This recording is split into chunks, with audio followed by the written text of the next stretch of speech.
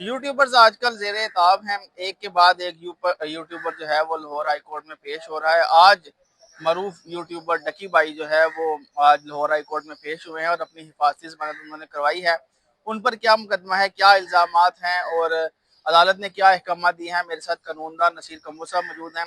कमो साहब, पहले तो डकी भाई पर जो दो मुकदमा दर्ज हुए हैं उनके बारे में तफसील आगाह कीजिएगा जरा। बिस्मिल्लाहिर्रहमानिर्रहीम। अनफॉर्चुनेट है हमारे मुल्क में कि सारी कौम जो है वो इस सहर में मुब्तला है कि जी रजब भट्ट है, डक्की भाई है या मान डोगर है कि जी ये चंद सालों में ये जो है वो मिलीनियर्स हो गए हैं यूट्यूब से। और हर एक का जो है मैं समझता हूँ ये क्रश बने हुए हैं।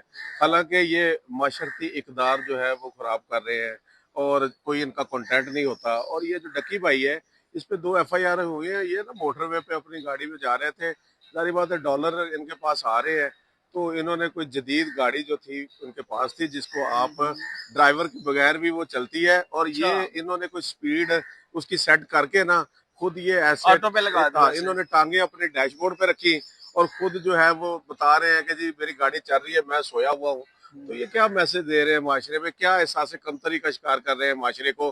क्या ये बता रहे हैं कि ये नौ दौलती है जो आज इनके पास पैसे आ गए हैं तो हमारे पास जदीद गाड़ियां हैं और ये मोटरवे पे यानी वर्गला रहे हैं कि आप नेग्लिजेंट रैश ड्राइविंग, लापरवाही से ड्राइविंग, अच्छा, जो ओवर स्पीड एफआईआर ड्राइविंग। हुई है उसपे लिखा है कि 200 की स्पीड पे जा रहे थे। ये मोटरवे पे हालांकि तो वैसे ही आप मोटरवे पे आप 130। 110 120 से ज्यादा नहीं जा सकते, हम्म। मोटरवेज लॉज हैं।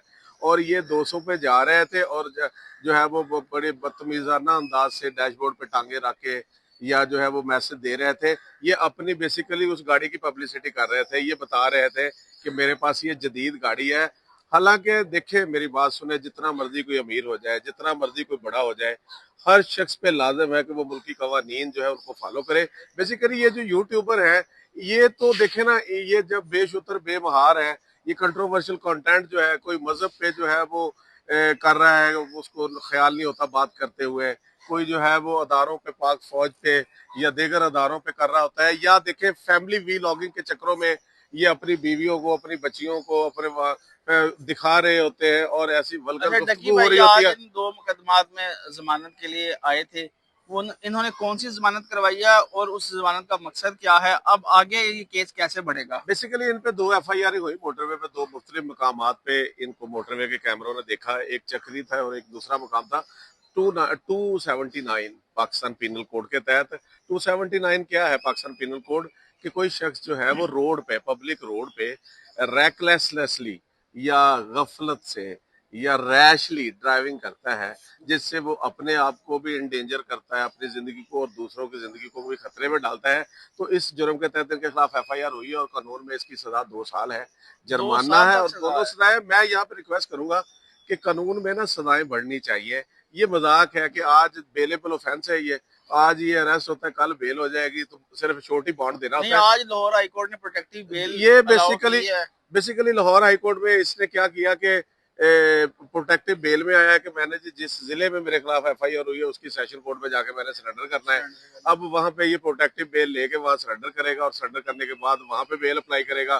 फिर वहां पे रिकॉर्ड आएगा, रिकॉर्ड आने के बाद जो है अदालत बेल जो है अल्टीमेट बेलेबल ऑफेंस है 279 तो। लेकिन लेकिन वो मैं एक वो प्रोसेस में तो आ गए ना, एक लंबा लेकिन देखे प्रोसेस तो मैं आ गया समझता ना हूँ कि उनका। इसमें देखे इसने ये वीडियो बनाई, बनाने के बाद इसने सोशल मीडिया पे वायरल की और वायरल करके जो है लोगों को दिखाया। तो मैं समझता हूँ पीका एक्ट भी इन पे इतलाक होता है कि इसने अच्छा, जो है एक तो लॉ तोड़ा और इसके पास जवाब भी कोई नहीं है, बल्कि इसने कहा जी मुझसे गलती हो गई है, मैं अपनी गाड़ी की जो है आज वो जब वो वो कोर्ट कर से बाहर निकले तो तो उन्होंने कहा कि वो मैं कुछ जस्टिफिकेशन कोई नहीं दे मैं रहा। अपनी गाड़ी की प्रमोशन कर रहा था कि मेरे पास ये नहीं गाड़ी नहीं, है। ये नहीं उन्होंने कहा कि मैं जस्टिफिकेशन कोई नहीं दे रहा, लेकिन मैं सोया नहीं हुआ था, जाग रहा था, टांगे मैंने डैशबोर्ड पे रखी थी, स्टेयरिंग पे नहीं थी। तो मैं इस मामले को देखेंगे, लेकिन ये मेरे पर एफआईआर झूठी है। नहीं तो बात यह है कि ड्राइविंग करने का ये क्या अंदाज है।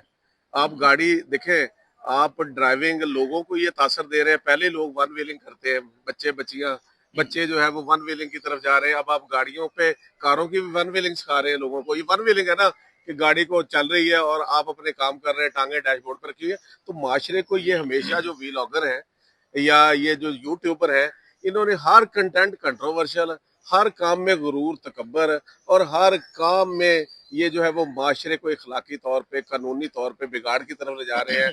लॉ तोड़ने की जो है मैं समझता हूँ ये जो है वो लोगों को तरगीब दे रहे हैं।